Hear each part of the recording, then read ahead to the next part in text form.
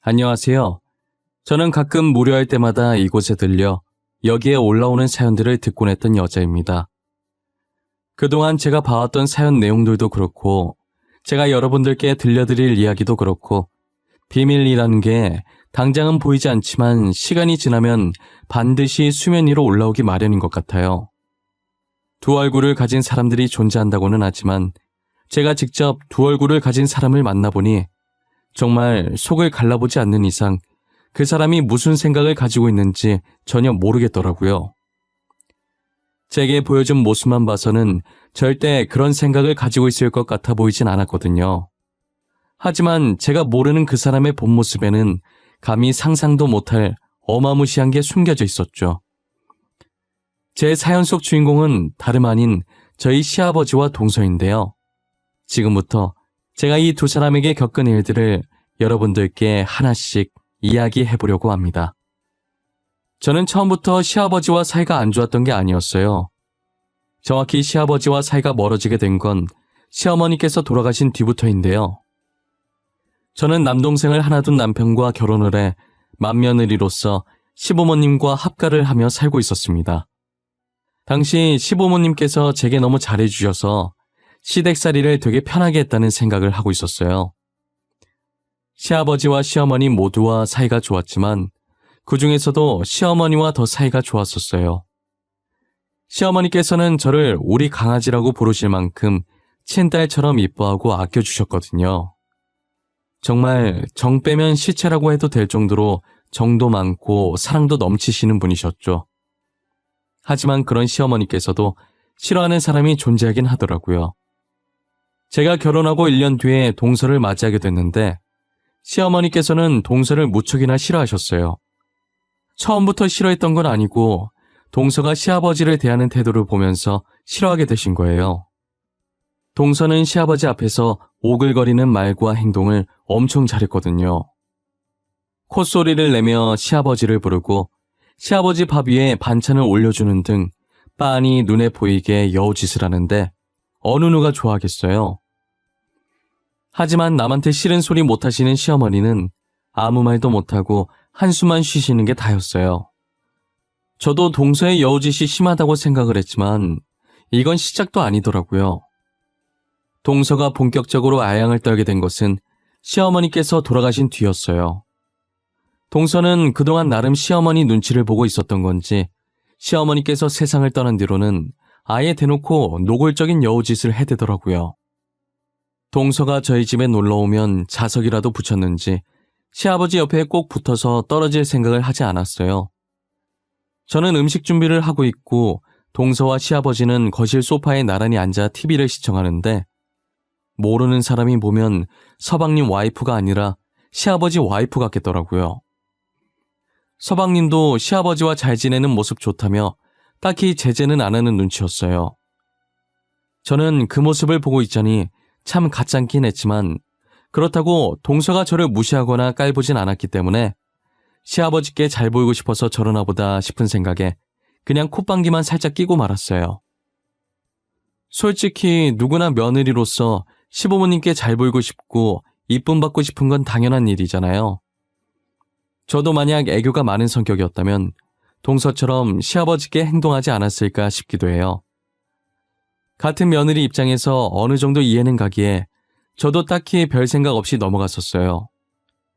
저는 상대가 먼저 저를 깎아내리지 않는 이상 저도 상대방을 깎아내리지 않아서 동서가 무슨 짓을 하든 저한테만 피해 없으면 아무런 상관이 없었거든요.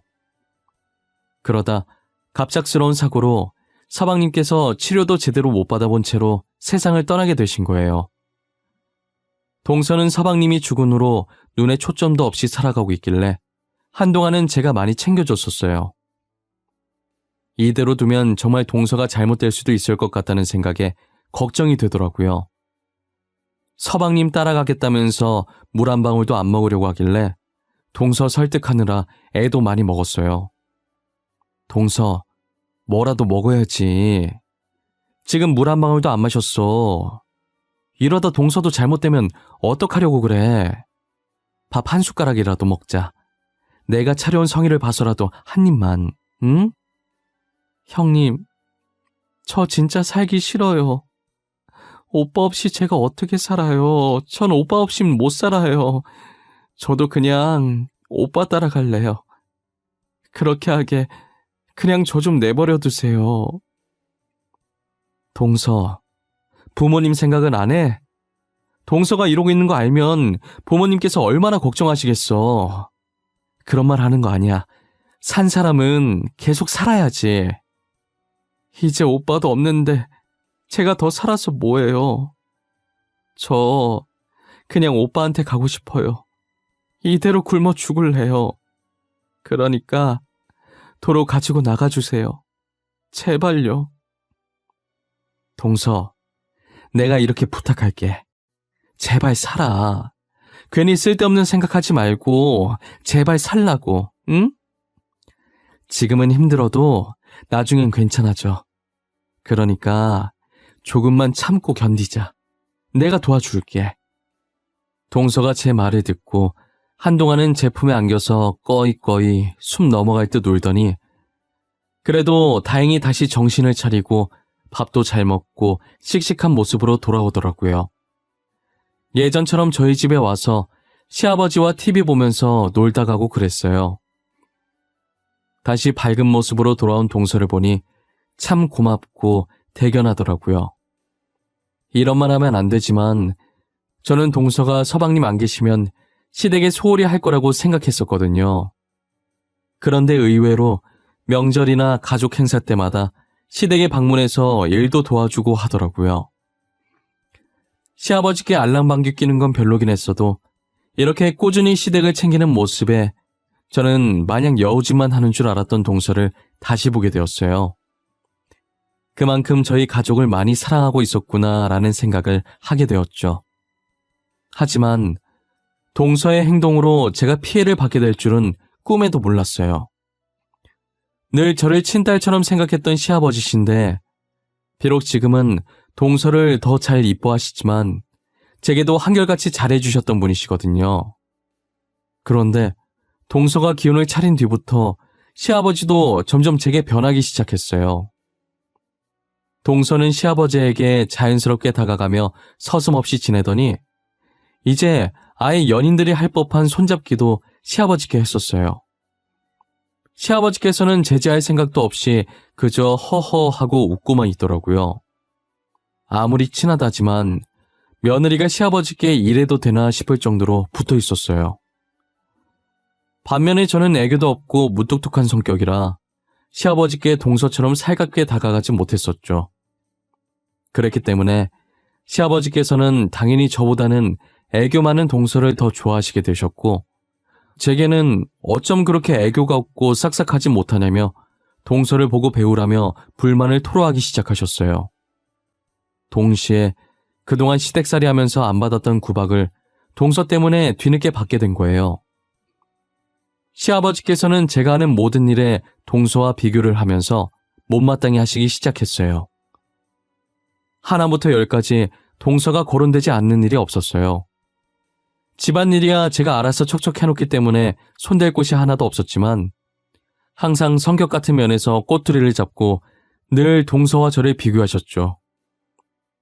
친구분들과 이야기하실 때도 늘 저와 동서 얘기를 하셨었어요. 우리 둘째가 이번에 내 생일이라고 여행권 줬더라.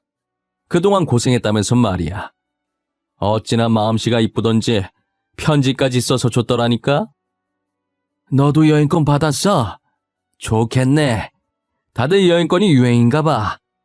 이번에 수철이도 자식들한테 해외여행권 받았다더라고. 그래? 나는 며느리가 혼자 준비해서 해외까진 아니고 저기 가까운 제주도로 가. 나한텐 제주도도 감지덕지지 뭐. 애가 이쁜 게 이쁜 짓만 한다니까. 그럼 너네 맏며느리는? 둘째 며느리가 제주도 여행권이면 맏며느리면 용돈 줬을러나? 만만한 게 용돈이랑 여행권 아니냐. 평소에 맏며느리 너한테 엄청 잘하더만. 엄청까지는 아니고 그냥 용돈 100만 원 주더라고. 고맙긴 한데 선물은 정성이잖아. 걔는 성격이 안 좋은 건 아닌데 둘째보단 못해. 무뚝뚝해가지고 편지 한 통도 없이 돈 봉투만 덜렁 주더라. 야, 그래도 그게 어디야? 100만 원인데. 만약에 내 자식이 나한테 선물로 100만 원 주잖아? 정성이고 뭐고 하루 종일 얻고 다녔을 거다.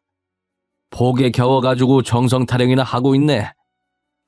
시아버지께서는 저한테 뭐가 그렇게 불만이신지 항상 제 험담을 하셨었어요. 저는 나름 한다고 했지만 늘 시아버지 마음에 안 드셨고 저도 시아버지 반응에 맥이 빠졌어요. 시아버지께 잘해도 동서와 비교당하고 못해도 동서와 비교당하는 인생이 된 거죠. 매일같이 욕먹는 저와 달리 동서는 똥을 싸도 칭찬을 받는 지경까지 됐어요. 동서는 매일같이 저희 집에 찾아왔고 시아버지 옆에 붙어 있어서 거의 살다시피 했었어요. 시아버지 옆에서 팔짱을 끼고 콧소리를 내며 애교도 부리고 시아버지 어깨에 머리도 기대고 정말 연인들에게 자주 보이는 행동들을 동서가 시아버지께 하고 있는 거예요. 한 번은 제가 일을 하고 퇴근해서 집에 왔는데 시아버지와 손깍지를 끼고 있는 동서를 보고 기겁했어요. 그렇다고 대놓고 앞에서 티는 안 냈지만 저게 무슨 상황인지 당황스럽더라고요. 저 둘은 자기들 세상에 빠져서 제가 들어온 줄도 모르고 있는 것 같았어요. 저는 순간적으로 저 두 사람이 그렇고 그런 사이가 아닐까 의심도 들었었죠. 그 정도로 두 사람 사이에 선 넘는 행동이 아무렇지 않게 오갔거든요. 그리고 시아버지께서 동서를 부르는 애칭도 그들이 나누는 대화 내용들도 심상치 않았어요.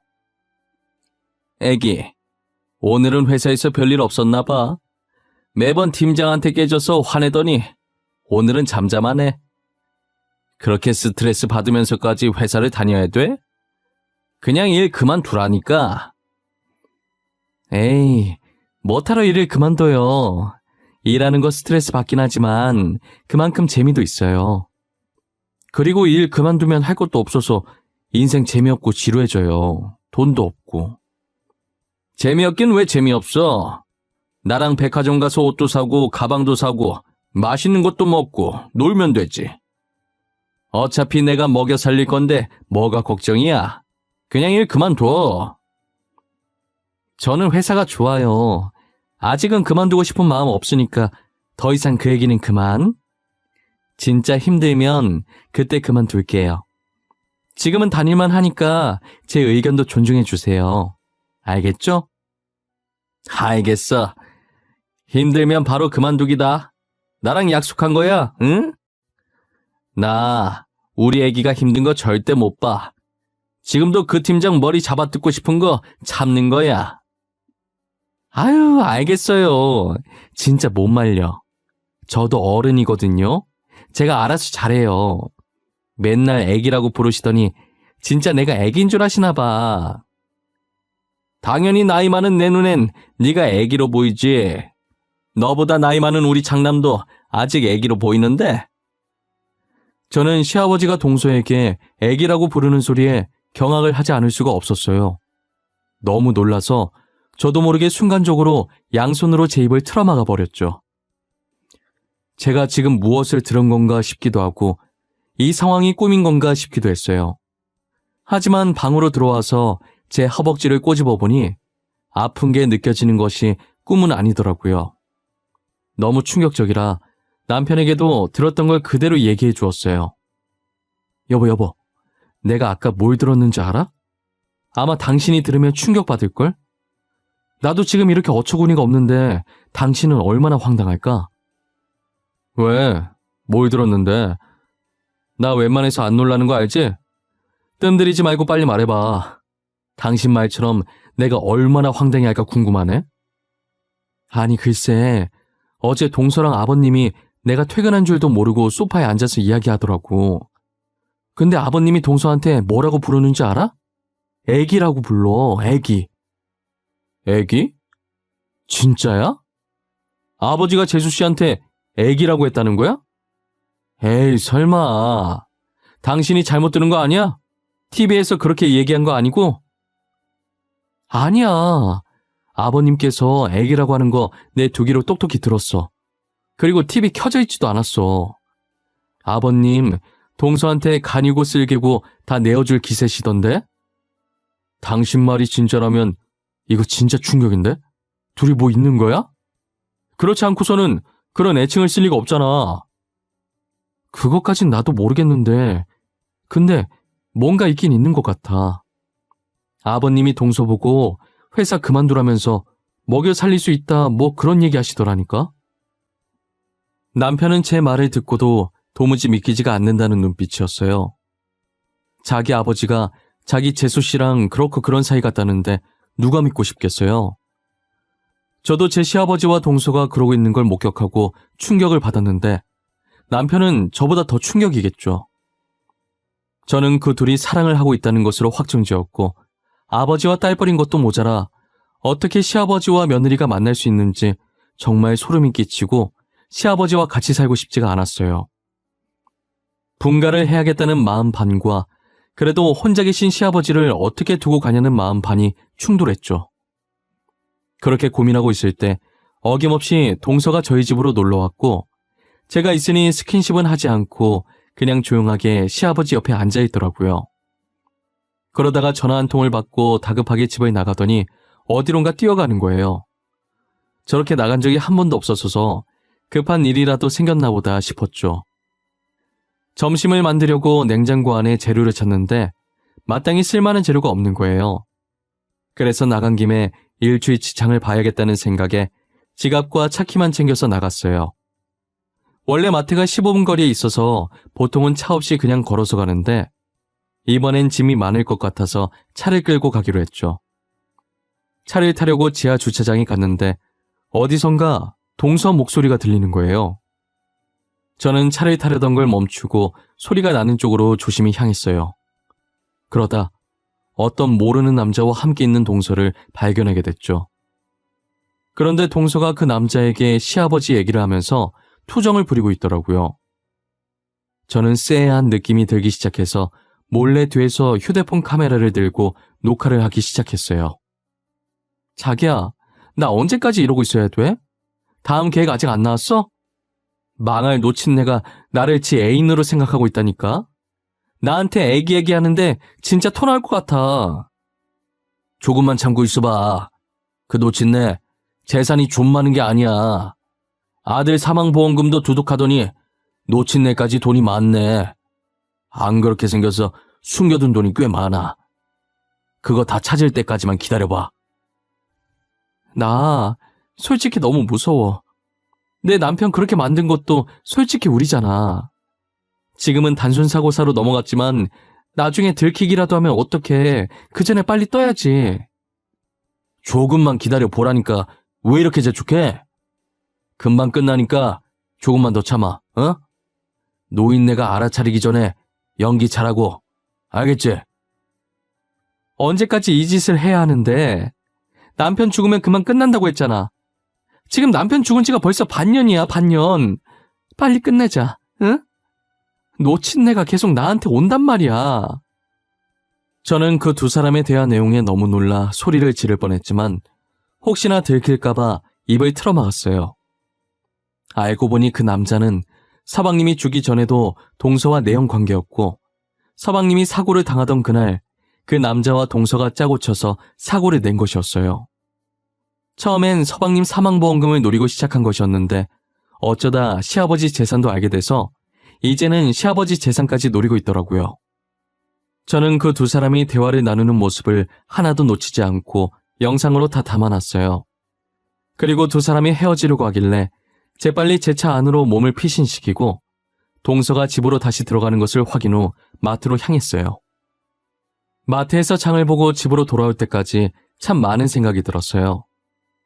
그렇게 시아버지께 알랑방귀 껴가면서 애교를 부리던 사람이 저렇게 시커먼 속내를 감추고 있었다는 게 너무 놀랍고 징그럽고 소름이 끼치더라고요. 음식을 만들면서도 영상을 지금 보여줘야 하나 말아야 하나 고민했는데 그동안 시아버지께서 저와 동서를 비교해가며 험담을 한 것이 생각나 괘씸했어요. 그러다 며칠 동안 고민하게 되었고 드디어 결전의 순간이 다가온 거예요. 결전의 날은 바로 동서의 생일날이었어요. 아니나 다를까 시아버지께서는 동서의 생일을 챙겨야 한다며 온 가족을 부르더라고요. 저는 처음부터 그 영상을 동서 생일이니까 가족들도 다운 시점에서 지금 풀어야겠다라는 생각을 하지 않았어요. 그때까지도 영상을 보여줄지 말지 엄청나게 고민을 하고 있었던 와중이었어요. 그런데 동서가 시아버지께 생일 선물로 돈을 받고 고맙다며 또 스킨십을 하는데 너무 불편하더라고요. 이제 동서의 목적이 무엇인지 아니까 제가 너무 불편해서 안 되겠더라고요. 그래서 가족들이 있을 때 그 영상을 보여주기로 마음을 먹게 됐어요.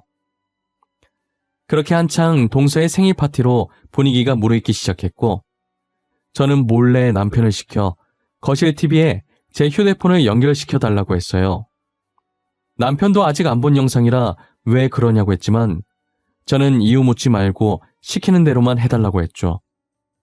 가족들은 식탁에서 즐기다가 하나둘씩 거실로 자리를 이동하더라고요. 자연스럽게 거실에서 다시 술 파티가 벌어졌고 모든 사람들이 거실 한가운데 모이게 됐어요. 화장실에 갔던 사람까지 다 온 것을 확인하고 저는 영화가 보고 싶은 척 TV를 틀려고 했죠. 하지만 동서가 파티 중에 생뚱맞게 무슨 영화냐고 제 손에 들린 리모컨을 빼앗으려고 하는 거예요. 혹시라도 제 계획이 틀어지게 될까 다급하게 분위기 있는 노래라도 틀겠다고 했죠.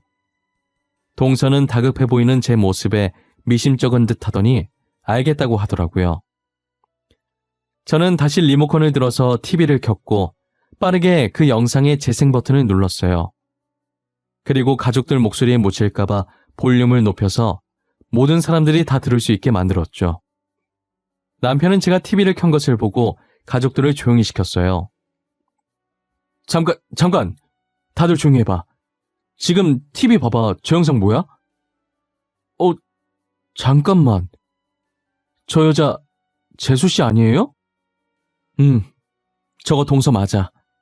동서 앞에 있는 남자는 서방님 죽기 전부터 만나오던 내연남이고 서방님 죽은 것도 다 동서랑 저 남자가 계획한 거야. 사망보험금 때문에. 재수씨, 그게 정말이에요? 제 동생 진짜 재수씨랑 저놈이 짜고 죽인 거예요? 그런 거냐고요? 당신 진짜 미쳤어? 어떻게 사람을 죽일 생각을 해? 아무리 돈에 미쳐도 그렇지. 서방님도 그렇게 죽여놓고 이젠 아버님까지 노려? 왜? 한번 해보고 안 들키니까 더 욕심이 났나 봐? 이 일이 안 밝혀질 거라고 생각한 거야? 아니에요. 형님, 저 여자는 아니에요. 닮은 사람이겠죠. 저 진짜 아니에요. 제가 왜 남편을 죽여요? 저 진짜 아니에요. 믿어주세요. 아주버님, 저 진짜 아니에요. 당신 진짜 미친 사람이야. 사람 목숨이 장난이야? 내 동생도 모자라서 아버지까지 죽이라고 해? 너 가만 안 둘 거야. 너 죽는 날까지 두고두고 괴롭힐 거야. 내 동생 고통도 다 돌려받게 할 거야. 영상을 본 남편은 동서를 죽일 거라고 달려들었고 저는 혹시나 남편이 사고라도 칠까 말리기 바빴어요. 시아버지께서는 그 영상에 그리고 저희 대화에 충격을 받아서 한동안 말을 못하고 허공을 보셨어요. 동서가 아니라고 믿어달라면서 시아버지의 바지가랑이를 잡았고 시아버지는 그런 동서를 보는 순간 정신을 차리셨는지 동서의 머리채를 잡고 패대기 치시더라고요. 저는 너무 놀라서 소리를 질렀고 남편도 시아버지의 그런 모습을 처음 보고 놀래서 달려들다가 멈추고 시아버지를 멍하니 쳐다봤어요. 시아버지께서는 분이 풀리지 않으셨는지 동서의 몸을 세게 밀쳤어요. 동서를 밀치고서 주저앉아 울고 있는 동서를 보며 입을 떼셨죠. 아프니? 너는 겨우 이 정도밖에 안 했는데도 아파? 그래? 우리 아들은, 가여운 내 아들은 네 손으로 죽여놓고 지금 나한테 뺨 맞은 걸로 아파? 아버님, 죄송해요. 저도 남편을 죽일 줄은 몰랐어요. 저는 그냥 큰 돈을 손에 쥘 수 있다는 말만 믿고 하라는 대로 한 것뿐이에요. 너는 네 손으로 선을 자르면서 이 차 탔다가 사람이 죽을 수도 있겠다는 생각을 한 번도 안 해봤던 거야? 너 몰랐다면 거짓말이다. 부품 중 하나를 손상시켜놓고 어떻게 그런 생각을 안 해? 저 진짜 몰랐어요. 사람이 죽을 거라는 거 알았으면 절대 안 했을 거예요. 저는 그냥 시키는 대로 한 것뿐이란 말이에요. 저 진짜로 몰랐어요. 믿어주세요, 네? 내가 믿어주면 죽은 내 아들이 살아 돌아오니? 살아 돌아오냔 말이야! 당장 내 아들 살려내라고! 시아버지께서는 울부짖으며 동서의 멱살을 붙잡고 흔들다가 집에 있는 물건들을 동서 주위로 던졌고, 동서는 죄송하다는 말만 계속하다가 눈물을 닦으면서 집을 나가버렸어요. 저 영상 하나로 저희 집은 말 그대로 초토화가 되어버렸어요. 시아버지는 소리 지르며 울부짖고 남편도 조용히 눈물 훔치고 있었고, 저는 복잡한 심경으로 남편을 달래며 서 있었죠. 두 부자가 한참을 울었고 그나마 제정신인 제가 어질러져 있는 집을 치우고 있었어요. 시아버지께서는 잠긴 목소리로 제게 말을 거시더라고요. 아가, 우리 강아지. 이렇게 강아지라고 불러보는 것도 참 오랜만이구나. 내가 매번 둘째랑 비교해서 기분 안 좋았을 텐데 그동안 내가 미안했다. 아니에요. 저는 벌써 다 잊었어요. 오히려 제가 죄송하죠.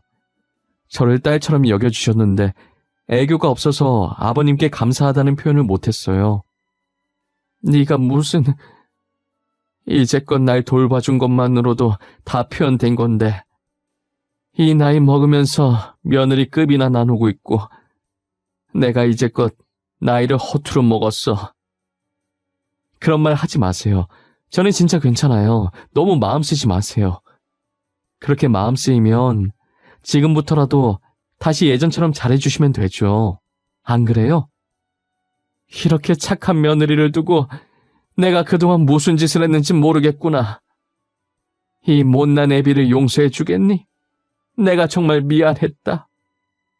시아버지께서는 진심으로 제게 사과를 하셨고 저는 따뜻한 미소로 답을 했어요.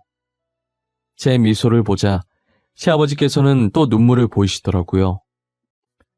저는 남편 옆구리를 찔러서 달래드리라고 하고 집을 마저 치우고 있었어요. 어느 정도 치우고 저희는 다시 동서 얘기를 하기 시작했어요. 저희는 당연히 동서와 내연남을 고소하기로 마음을 맞췄어요. 이미 제가 찍은 영상 속에 동서가 직접 범행을 실토하는 내용이 있으니 증거 자료로 충분했고 혼자 다 뒤집어 쓰기 싫은 동서는 알아서 모든 정황을 다 설명하게 될 거라는 생각을 했죠. 저희는 다음날 해가 뜨는 대로 변호사를 만났고 증거 영상을 제출해서 동서와 내연남에게 걸 수 있는 모든 죄들을 모조리 엮어서 고소를 진행했어요. 그 둘의 범행이 계획적이고 죄질이 나쁘다고 판단되어 결국 징역형을 피할 수 없었어요. 동서는 정말 반성을 많이 한 모양인지 들어가기 전에 시아버지께 죄송하다고 무릎을 꿇었어요. 시아버지는 동서를 못 본 척 지나갔지만 동서는 시아버지가 눈에 안 보일 때까지 계속 꿇고 있었어요. 저도 곧이어 한숨을 쉬고 남편과 함께 재판장을 빠져나왔죠. 아버님, 괜찮으세요? 안 괜찮으시겠지만 이럴 때일수록 힘내셔야 해요. 서방님도 진실이 밝혀져서 이제 편히 가셨을 거예요. 나는 지금 우리 아들 때문에 그런 게 아니야. 이미 죽은 사람인데 걱정해서 못하겠어.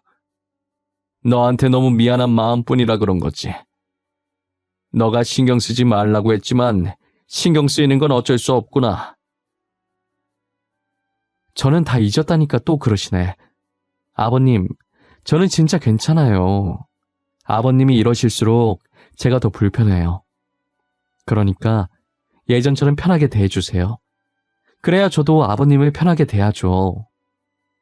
우리 장남은 어떻게 이렇게 마음씨 착한 사람을 짝으로 데리고 왔는지. 나는 만약 죽게 되어도 장남 걱정은 안 해. 너가 옆에 있으니까. 그게 무슨 소리예요. 저희가 오래오래 같이 살아야죠. 시아버지의 표정을 보니 그래도 전보다는 한결 가벼운 느낌이셨어요. 서방님께도 제게도 늘 미안한 마음을 안고 사실 것 같지만 이제는 모든 걸 놓고 저희 곁에서 마음 편히 사셨으면 좋겠어요. 저도 언제나 시아버지 곁에 있으면서 며느리이자 딸이 되어 드리려고 마음먹었어요. 시아버지도 제게 잘해주겠다 마음먹으셨는지 동서에게 했던 것보다 훨씬 잘해주세요. 지금 반년이 지나긴 했는데 시아버지가 제게 잘해주시긴 하지만 아직도 저와 살짝 대면대면 하긴 해요.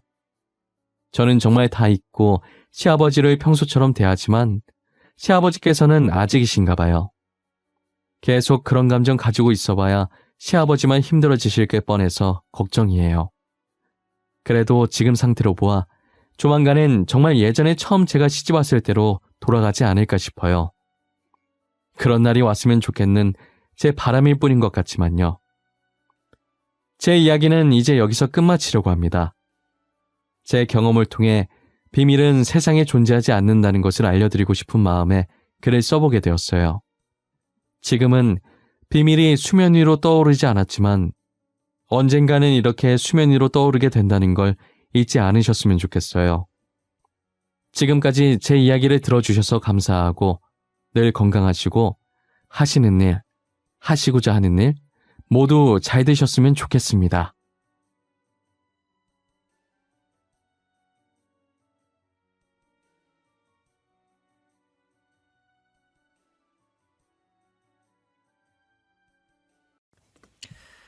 저는 경기도에서 조그만 카센터를 운영하면서 살고 있는 40세의 남성입니다. 여러 날을 고민하다가 오늘 글을 올리는 이유는 결코 길지 않은 인생을 살았지만 가진 재산을 몽땅 날리고 죽기 일보 직전의 위기 상황을 2번이나 겪은 기막힌 경험담을 들려드리기 위해서입니다. 지금 생각해도 등골이 오싹해지고 머릿속이 텅 비는 느낌이 들면서 소름이 끼치지만 한 여성의 도움으로 2번의 위기를 겨우 넘길 수 있었습니다. 자기 발등 자기가 찍는다는 속담처럼 어쩌면 모든 건 사람을 쉽게 믿어버린 저의 잘못이 절대적으로 크다고 생각해요. 여러분들도 누군가 선뜻 호의를 베푼다고 하면 일단 의심하고 철저하게 확인해봐야 저처럼 어리석은 실수를 저지르지 않을 거란 말씀을 드리면서 이야기를 시작할게요. 저는 어릴 때부터 자동차를 엄청나게 좋아했어요. 네 바퀴를 달고 거칠 것 없이 도로를 달리는 자동차를 볼 때마다 신이 났고 세상에서 가장 좋은 소리가 자동차 엔진 소리라고 생각했을 정도였죠. 그러니 자동차 말고는 다른 장난감은 쳐다보지도 않았어요. 중학교를 졸업할 무렵에는 대학 진학을 포기하고 공업계 고등학교에 가서 자동차 정비를 배울 계획을 세웠어요. 꼭 대학을 포기하면서까지 기술을 배워야겠냐? 네가 아직 세상을 몰라서 그러는데 제대로 된 대학 졸업장이 없으면 나중에 후회하게 될 거야. 그러니까 다시 한번 생각해봐. 아버지, 저도 가방끈이 짧으면 사회에 나가서 무시당할 수도 있다는 거 알아요. 하지만 제가 사회생활을 할 때면 기술을 가진 사람이 좋은 대우를 받게 될 거라고요. 그렇게만 되면 좋지만 하여튼 네가 선택한 길이니까 후회하지만 마라. 제가 공고를 가겠다고 하자 아버지는 걱정을 하시면서도 제 의견을 존중해 주셨어요. 엄마도 걱정을 하셨지만 저는 공고를 졸업한 다음에 전문대학 자동차과로 가서 진정한 기술자가 될 거라고 장래 계획을 구체적으로 말했고 부모님은 더 이상 말리지 않고 제가 마음먹은 대로 하도록 도와주셨어요. 저는 계획대로 공고를 졸업하고 자동차과에 들어가서 기술을 배우고 무난하게 정비사 자격증을 땄습니다. 제 정비 실력을 인정한 교수님의 추천으로 대형 정비 공장에 취업이 되었어요. 사람은 누구나 자기가 하고 싶은 일을 할 때 최고의 능력을 발휘하듯이 저는 기계를 다루는 일이 너무 좋았고 자동차를 분해하고 조립하며 수리하는 일에 완전히 빠져버렸어요. 하지만 동료들은 그런 저를 신기한 눈으로 쳐다봤습니다. 야, 진수 너는 타고난 기름쟁이야. 자동차 부품 쪼가리 만지는 일이 그렇게 좋냐? 정비는 고장난 차에게 새로운 생명을 불어넣는 의미 있는 직업이야. 차를 만지고 있으면 시간이 어떻게 흘러가는지도 모르겠어. 진짜 별종이다. 난 공부하는 게 죽기보다 싫어서 그나마 입에 풀칠하려고 억지로 하는 게 일인데 말이야. 몇 년이 지나자 제 정비 실력은 공장 안에서는 따라올 사람이 없을 정도가 되었습니다. 5년이 지나자 네 바퀴에 엔진이 달린 거라면 뭐든지 고칠 자신감도 생겼죠. 공장장님도 제 능력을 인정해줘서 최연소 정비반장으로 승진을 시켜줘서 동료들의 부러움을 사기도 했습니다. 반장이 되자 월급도 올랐습니다. 그렇지만 아직 미혼인 처지에 돈을 쓸 데가 별로 없어서 월급을 받으면 엄마에게 모두 주었어요. 엄마는 제가 내미는 월급을 받을 때마다 좋아하시면서도 걱정을 하셨어요. 진수야, 일은 힘들지 않니? 몸은 피곤하지만 재미있어. 세상에 쉬운 일이 어디 있겠어. 참고 견디면서 때로는 즐겨야지. 그래, 우리 아들 이제 다 컸네. 그럼 엄마 소원 하나만 들어줄래? 소원? 뭐든지 말해. 이제 네 월급은 나 말고 다른 여자한테 줬으면 해. 다른 여자라니? 누구? 아휴, 네 마누라지 누구겠어. 일도 좋지만 이제 슬슬 결혼할 생각도 해야지.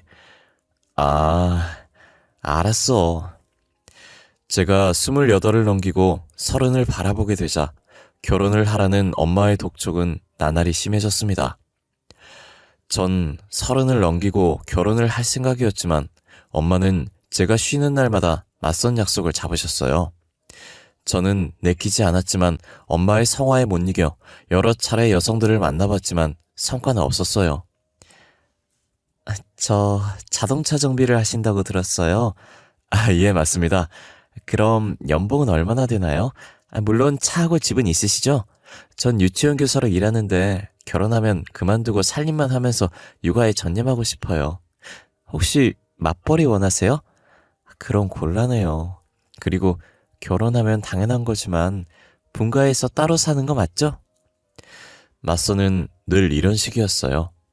서로에게 호감을 가지는 건 안중에도 없었고 그저 조건만 따지고 맞춰보려고 들었어요. 이런 일이 여러 번 거듭되니 맞선 자리에 나오는 여성들이 모두 가격표가 매겨진 물건으로 보여서 마음에 들지 않았습니다. 당연히 교제로 이어지는 일도 없었고요. 진수야, 이번에는 아주 확실하다? 응? 마지막으로 한 번만 더 만나보자. 큰 병원 간호사라는데 아주 참하고 예뻐. 엄마, 이제 그만해. 결혼은 내가 알아서 한다고 했잖아. 아니, 애가 왜 소리를 지르고 난리야? 엄마의 성화에 질려서 언성을 높이고 말았어요. 저는 차근차근 엄마를 설득했고 엄마가 더 이상 맞선을 보라고 보채는 일이 없어졌어요. 그리고 30을 넘길 무렵에 카센터를 운영하던 대학 선배가 제게 흥미로운 제안을 했습니다. 저와 5년 차이가 나서 같이 대학을 다닌 적은 없었지만 동문 모임을 통해서 알고 지내는 사이였고 그 선배의 정비 실력은 거의 신의 경지라고 소문이 날 정도여서 저 혼자 해결하기 힘든 문제가 생기면 선배의 카센터를 찾아가서 자문을 구했어요. 그때마다 선배는 귀찮아하는 기색도 없이 자기 일처럼 나서서 도와주곤 했습니다. 그런 선배가 갑자기 전화를 해서 술이나 한잔하자고 했어요. 저는 별 생각 없이 오랜만에 선배를 만나서 기분 좋게 술을 마셨는데 선배가 소주잔을 비우더니 자기 카센터를 인수할 생각이 없냐고 묻는 겁니다. 진수, 네 실력이면 공장에서 월급쟁이로 허송세월하지 말고 네 사업을 시작해. 선배, 이제 겨우 30이에요. 아직은 더 배워야죠. 아니야, 나도 30에 공장 그만두고 카센터 차렸어. 그런데 이제 카센터를 네가 인수해서 운영해줬으면 한다. 아이, 선배, 농담 그만해요. 내가 무슨 돈이 있어서 선배 카센터를 인수하겠어요. 야, 진수야, 너 3천만 원도 없냐? 그 정도는 모았을 텐데. 3천은 있죠. 그럼 됐어. 3천에 내 카센터 네가 가져라. 네? 전 깜짝 놀라서 선배가 농담을 하는 줄 알았어요. 하지만 선배는 진지했고 농담이 아니었습니다. 선배의 카센터는 규모가 제법 컸고 기술이 좋다고 소문이 나서 예약을 하지 않으면 점검도 받기 힘들 정도로 장사가 잘 되는 곳이었죠. 게다가 워낙 고가의 장비들이 많은데 그런 카센터를 3억도 아니고 장비 하나 값도 안 되는 3천만 원에 내게 넘기겠다는 겁니다. 내가 농담하는 거 같지? 그런데 진심이야. 나도 오죽하면 너한테 이런 부탁을 하겠냐. 참 환장할 노릇이다. 다시 소주잔을 시원하게 비운 선배는 5년이 넘게 피땀을 바쳐 일군 카센터를 거저나 다름없이 제게 주려고 하는 기막힌 속사정을 털어놓았습니다. 선배는 원래 미국으로 기술 이민을 갈 생각이었대요. 하지만 코로나 때문에 그동안 이민을 받지 않았는데 최근에 미국에서 자동차 정비나 의사 같은 기술직들의 이민을 조금씩 받기 시작했고 선배의 신청이 받아들여졌다는 겁니다. 선배의 아내와 딸은 이미 미국으로 출국을 했고 선배는 카센터만 처분하고 이민을 가려고 했는데 문제는 카센터를 인수하겠다는 사람이 도무지 나서지 않는다는 겁니다. 게다가 비자까지 나와서 출국 날짜가 잡히자 마음이 급해진 선배는 5억이라는 파격적인 금액을 제시했지만 인수자를 찾는 데 실패했다고 하네요. 이제 보름 뒤면 미국으로 가야 돼. 진수야, 3천만 나한테 주고 네가 운영해. 그리고 3년 동안 매달 수익금 일부를 나한테 송금해줘. 어때? 괜찮은 조건이지? 눈을 씻고 찾아봐도 믿고 맡길 사람이 너밖에 없더라. 선배, 괜찮은 정도가 아니에요. 나 지금 감격해서 눈물이 나오려고 해요. 고마워요. 열심히 해볼게요. 그래, 너라면 아주 잘 해낼 거야. 카센터를 맡길 사람으로 저를 선택한 선배가 너무 고마웠어요. 이것이 제게 찾아온 첫 번째 기회라고 생각했죠. 저는 엄마에게 사정을 설명하고 그동안 모아둔 돈을 달라고 했습니다. 정말 괜찮은 거지? 아무리 그래도 너무 좋은 조건이라서 믿어지지 않아. 그 큰 공장을 공짜나 다름없이 주겠다니 말이야. 엄마는 돈을 내주면서도 걱정을 했지만 저는 선배가 절대 허튼 소리 하는 사람이 아니라고 큰 소리를 쳤습니다. 저를 만난 선배는 서류들을 여러 장 내밀면서 사인을 해달라고 했어요. 제가 살펴보려고 하자 선배는 그냥 형식적인 인수인계니까 빨리 사인을 하라고 재촉했고 서류에서 얼핏 근저당 설정과 연대 보증이란 말이 보였지만 저는 의심 없이 사인을 해주었어요. 됐어. 참, 한 가지 남았네. 은행에서 확인 전화가 올 거야. 그러면 무조건 맞다고 해. 알았지? 선배의 말대로 은행 직원이 전화를 해서 선배의 카센터를 제가 인수한 게 맞냐고 물었습니다. 저는 자신 있게 그렇다고 대답했고 녹취를 하겠다는 은행 직원의 말에 대뜸 동의했어요. 저는 은행 직원이 뭐라고 하든 내라고만 했습니다. 정말 순진하고 어리석었던 겁니다. 그날 선배에게 돈과 함께 미국에서 코리안 드림을 꼭 이루라고 덕담을 얹어주었습니다. 며칠 뒤에 공장을 그만둔 저는 희망에 부풀어서 제 사업을 시작했습니다. 고정 고객들도 제법 있었고 차를 고치는 제 실력이 입소문을 타고 퍼지면서 손님들은 나날이 늘어갔습니다. 저는 사업을 시작하면서 격리 직원을 한 명 뽑게 되었어요. 지인의 소개로 무역회사에서 격리로 일하다가 회사가 문을 닫는 바람에 실업자 신세가 되었다는 여성을 소개받았어요. 안녕하세요, 사장님. 정지훈이라고 합니다. 그녀의 첫인상은 아주 선하고 얌전해 보였어요. 특히 수줍게 웃는 모습은 괜히 제 마음을 설레이게 만들었습니다. 저는 몇 마디 물어보지도 않고 바로 다음 날부터 출근하라고 말했죠. 그녀의 얼굴을 매일 보는 것만으로도 저는 너무 행복하고 좋았어요. 일을 하다가도 창문을 통해 컴퓨터 앞에 앉아서 열심히 서류를 정리하는 그녀의 모습을 보면 피곤함이 싹 사라지고 저도 모르게 얼굴에 미소가 번지곤 했습니다. 그때 저와 함께 공장에서 일했던 후배놈이 지윤이에 대한 제 마음을 알아채고 말았죠.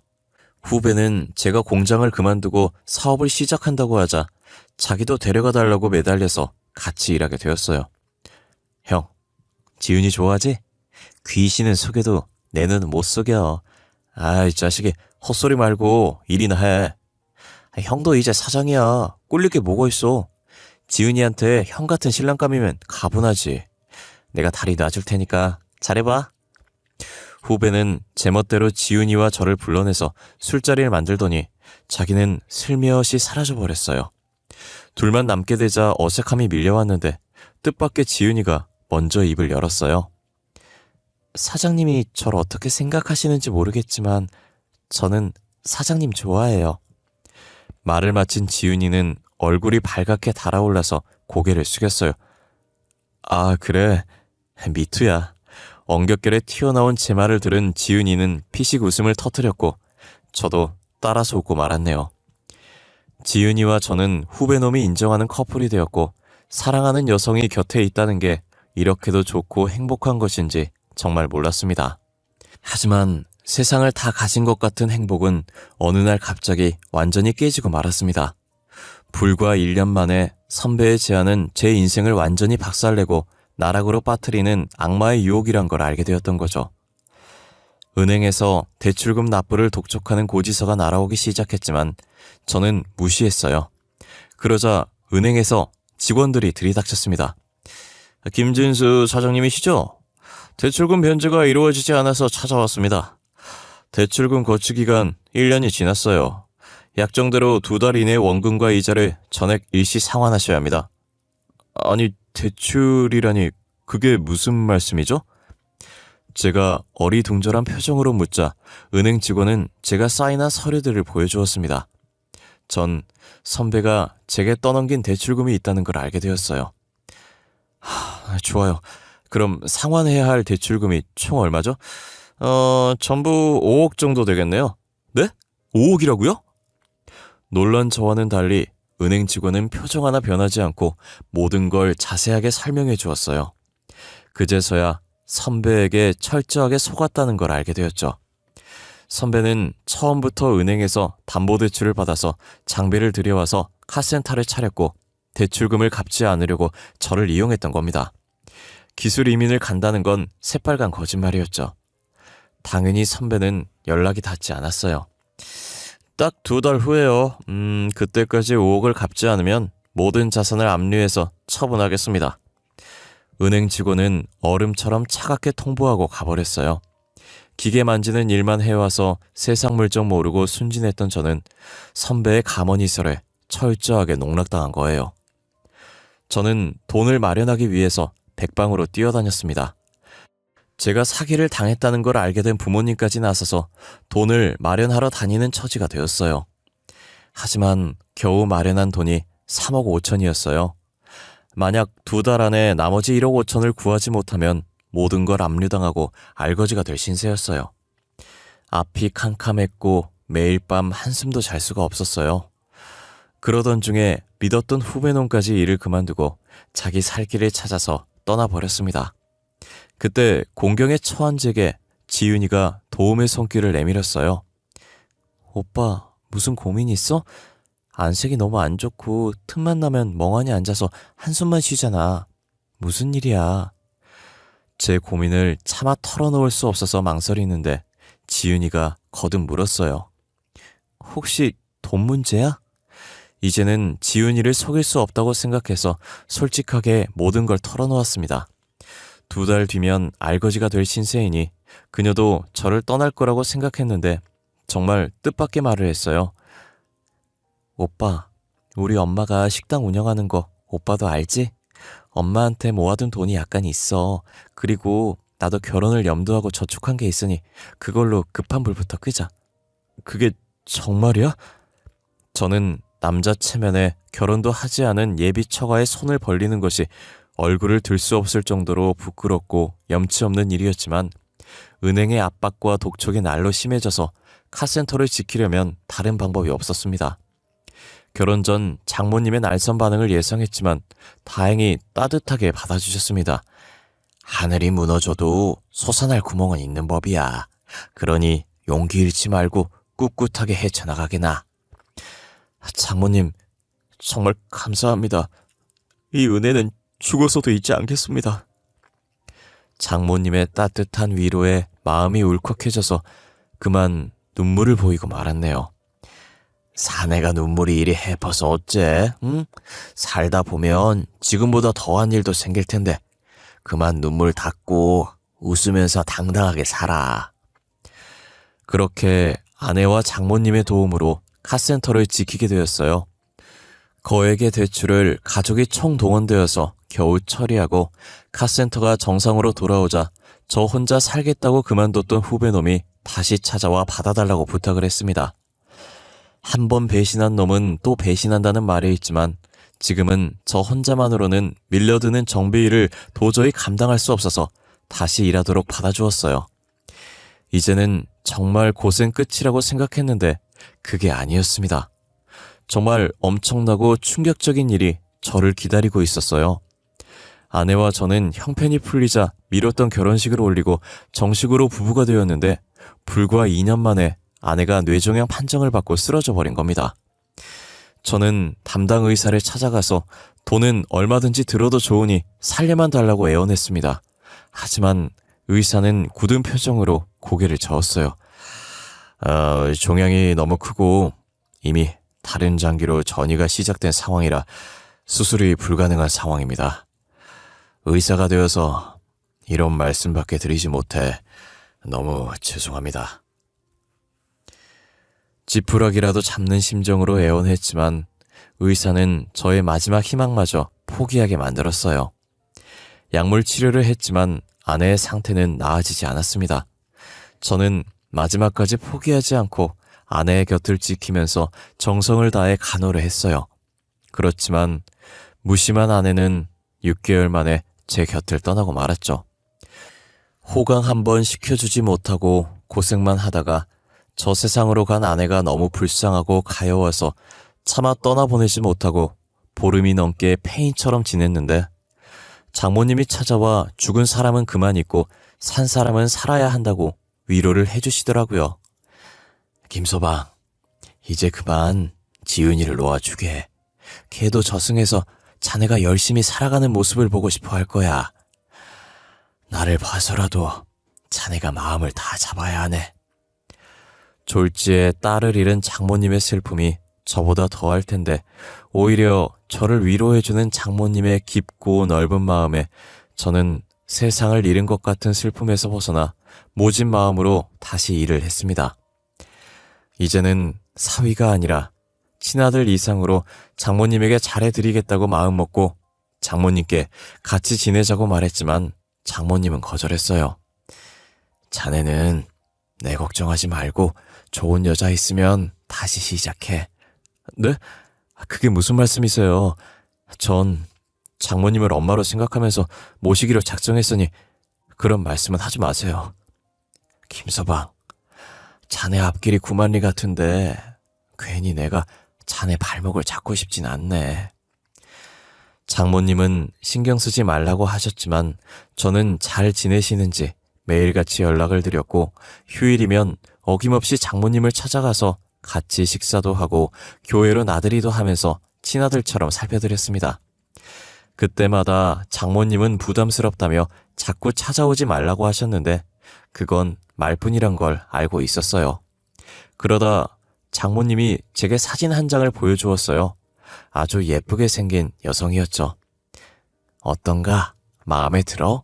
내 친구 딸인데 얼마 전에 남편이 교통사고로 세상을 떠났어. 내 생각에는 자네하고 잘 맞을 것 같아. 한번 만나봐. 장모님은 혼자 된 사위의 재혼중매를 서려고 하시는 겁니다. 전 어이가 없어서 장모님에게 처음으로 화를 내고 말았어요. 장모님, 왜 이러세요? 전 끝까지 장모님 모시면서 살겠다고 했잖아요. 김서방, 나를 생각해주는 자네 마음은 고맙지만 이제는 자네도 새 출발하게. 그래야 내 마음이 편해. 전 재혼할 생각 없어요. 그러니까 장모님도 다른 여자 만나란 말은 하지 마세요. 장모님은 저를 만날 때마다 미안한 마음이 들어서 불편해 하셨습니다. 하지만 저는 마지못해 장모님을 보살펴 드리는 게 아니었습니다. 장모님이 선뜻 1억이 넘는 거액을 내주지 않았다면 전 아마 이 세상 사람이 아닐지도 모르는 일이니까요. 물론 그 돈은 거의 다 갚았지만 제 마음속에는 여전히 부채의식이 자리 잡고 있었습니다. 1년이 넘게 지나자 아내를 잃은 슬픔은 가라앉았고 장모님도 저를 아들로 여기면서 지내게 되었는데 사람 일이란 참 묘한 것이어서 5년이 지난 뒤에 제게 여자가 생겼습니다. 그녀의 이름은 정소희였고 카센터에 자주 오는 단골 손님이었어요. 그녀는 비싼 외제차를 타고 다녀서 처음부터 기억에 남았던 손님이었어요. 자동차 점검을 핑계로 한 달에 한 번은 꼭 들렸고 워낙 성격이 싹싹하고 밝아서 처음 보는 저에게 대뜸 오빠라고 불렸던 여자였죠. 그렇게 그 여자와 저는 편하게 말을 놓으면서 연락하고 지내는 사이까지 발전했습니다. 그러던 어느 날 그녀가 주말에 뭐 할 거냐고 제게 물었어요. 뭐 특별한 계획은 없어. 주말에는 그냥 집에서 쉬어야지. 오빠 뭐야, 재미없게. 그러지 말고 나랑 같이 영화 보러 가자. 그래서 주말에 소희와 첫 데이트를 하게 되었어요. 영화를 본 다음에 밥을 먹으면서 그녀의 집안이 얼마나 대단한 갑부인지 알게 되었죠. 아버지는 미국에서 사업을 하고 계시고 엄마는 부동산 투자를 하셔. 아버지는 나한테 사업을 물려줄 테니 미국으로 들어오라고 하시는데 난 싫어. 난 내가 태어난 나라에서 계속 살 생각이야. 소희는 얼핏 사업가인 아버지의 재산이 수백억이 넘는다는 말을 했어요. 그동안 돈을 보고 달려드는 남자들이 숱하게 많았지만 하나같이 늑대같이 느껴져서 독신을 고집해왔는데 저를 만난 다음부터 생각이 달라졌다고 말했어요. 그냥 오빠가 편하고 좋아. 다른 이유 같은 건 없어. 부부는 무엇보다 같이 있으면 그냥 좋고 편해야 된다고 생각해. 오빠가 내게는 그런 느낌을 주는 남자야. 소희의 적극적인 애정 공세 덕분에 저희들은 자연스럽게 연인 관계가 되었고 소희의 엄마를 만나서 인사까지 드리게 되었어요. 소희 엄마의 첫인상은 부잣집 사모님 같은 느낌이 확 풍겼어요. 외모와 옷차림 그리고 말투까지 품격과 교양미가 철철 넘치는 여성이었습니다. 만나서 반가워요. 젊은 나이에 자기 사업체를 운영하고 있다니 대단해요. 알고 있겠지만 집안이 넉넉한 편이라 소희가 버릇없이 자라서 아직 철부지예요. 여러 가지로 모자란 점이 많으니 서로에 대한 사랑과 애정으로 이해해주기 바래요. 그녀는 마치 주례사 같은 말을 제게 해주었죠. 그리고 정말 귀에 솔깃한 제안을 했습니다. 소희와 결혼하게 되면 내가 가진 여유 자금을 카센터에 투자할 테니까 아주 크게 키워봐요. 이왕 시작했으면 그 분야에서 최고가 되어야 되지 않겠어요? 네, 맞습니다. 저를 믿고 도와주시겠다니 감사할 따름입니다. 열심히 해서 꼭 보답하겠습니다. 그러면서 카센터 명의를 소희 앞으로 해달라는 말을 슬쩍 흘렸어요. 그런 건 문제가 되지 않았죠. 예비 장모님이 자리를 비웠을 때 소희는 자기 엄마가 최소한 20억은 투자할 생각이라고 귀띔해줬습니다. 너무나 뜻밖의 말에 꿈인지 생시인지 도무지 분간을 할 수가 없는 지경이었죠. 내가 이런 횡재를 해도 되는 걸까 믿어지지 않았지만 아내를 잃고 그동안 마음고생을 한 것에 대한 보답이라고 생각했습니다. 소희는 결혼을 빨리 하자고 서둘렀고 저도 미룰 생각은 없어서 결혼식장이며 여러 가지 준비를 정신없이 하고 있을 때 장모님이 저를 만나자고 하셨어요.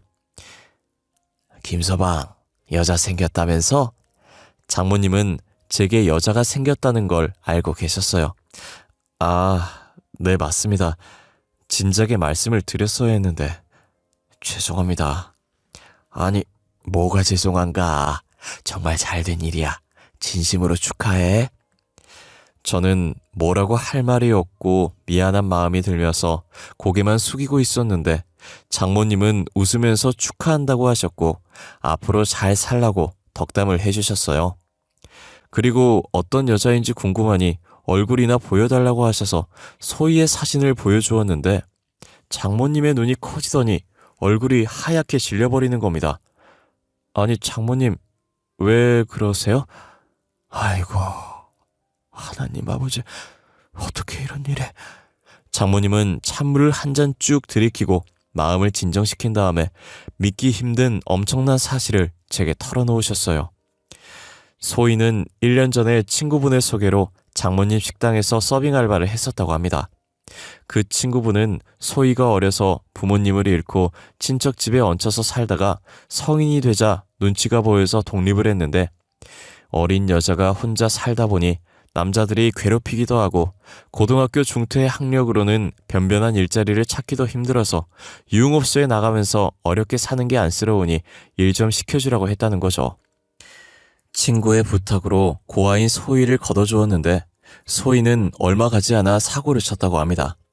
유부남과 바람을 피우다가 본처가 식당으로 찾아와서 한바탕 난리가 벌어졌다는 거예요.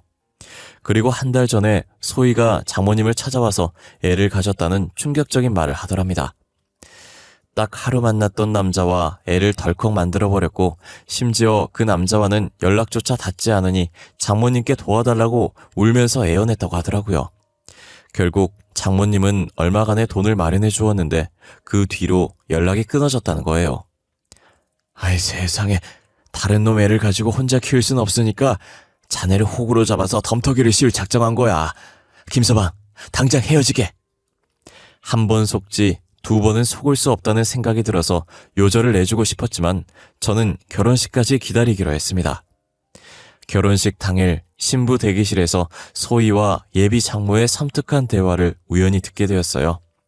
알고 보니 예비 장모는 소희가 유흥업소를 나갈 때 알게 된 마담이었어요. 그녀들은 제가 가진 카센터를 자기들 명의로 만든 다음에 처분해서 나눠 갖고 도망을 치려는 말도 안 되는 계획을 가지고 있었어요. 주례사가 끝나고 혼인 서약을 하려는 순간 결혼식장에 제가 녹음한 그녀들의 대화가 울려 퍼졌고 소희는 깜짝 놀라서 사색이 되어서 몸을 떨었어요. 곧 경찰들이 식장 안으로 들어와서 소희를 데리고 갔습니다. 소희는 끝까지 제게 오해라고 소리를 지르면서 저를 사랑한다고 악을 쓰듯이 말했지만 저를 호구로 보고 인생을 작살내려고 했던 그녀를 도저히 용서할 수 없었어요. 오빠, 내 사정이 너무 급해서 저지른 일이야. 한 번만 용서해줘. 응? 제발 부탁해, 오빠. 소희는 울면서 살려달라고 제게 매달렸지만 제 마음은 이미 돌아선 뒤였어요. 경찰을 통해서 전해 들은 말로 소희와 선배 마담은 혼인빙자 사기 혐의로 구속되어서 조사를 받고 있다고 하더라고요. 사람의 인생은 알 수 없는 것이라 앞으로 어떤 좋은 인연이 생길지는 모르겠지만 지금 저는 두 번이나 속았던 아찔한 기억이 있어서 사람을 믿을 수가 없게 되었습니다. 하지만 딱 한 사람, 장모님은 예외입니다. 늘 저를 챙겨주고 배려해 주시는 장모님과 같이 살면서 오늘도 열심히 일하고 있어요. 아찔했던 제 사연 읽어주셔서 감사합니다. 여러분에게도 장모님 같은 존재가 있었으면 좋겠네요. 다들 좋은 일만 가득하시길 바랍니다. 감사합니다.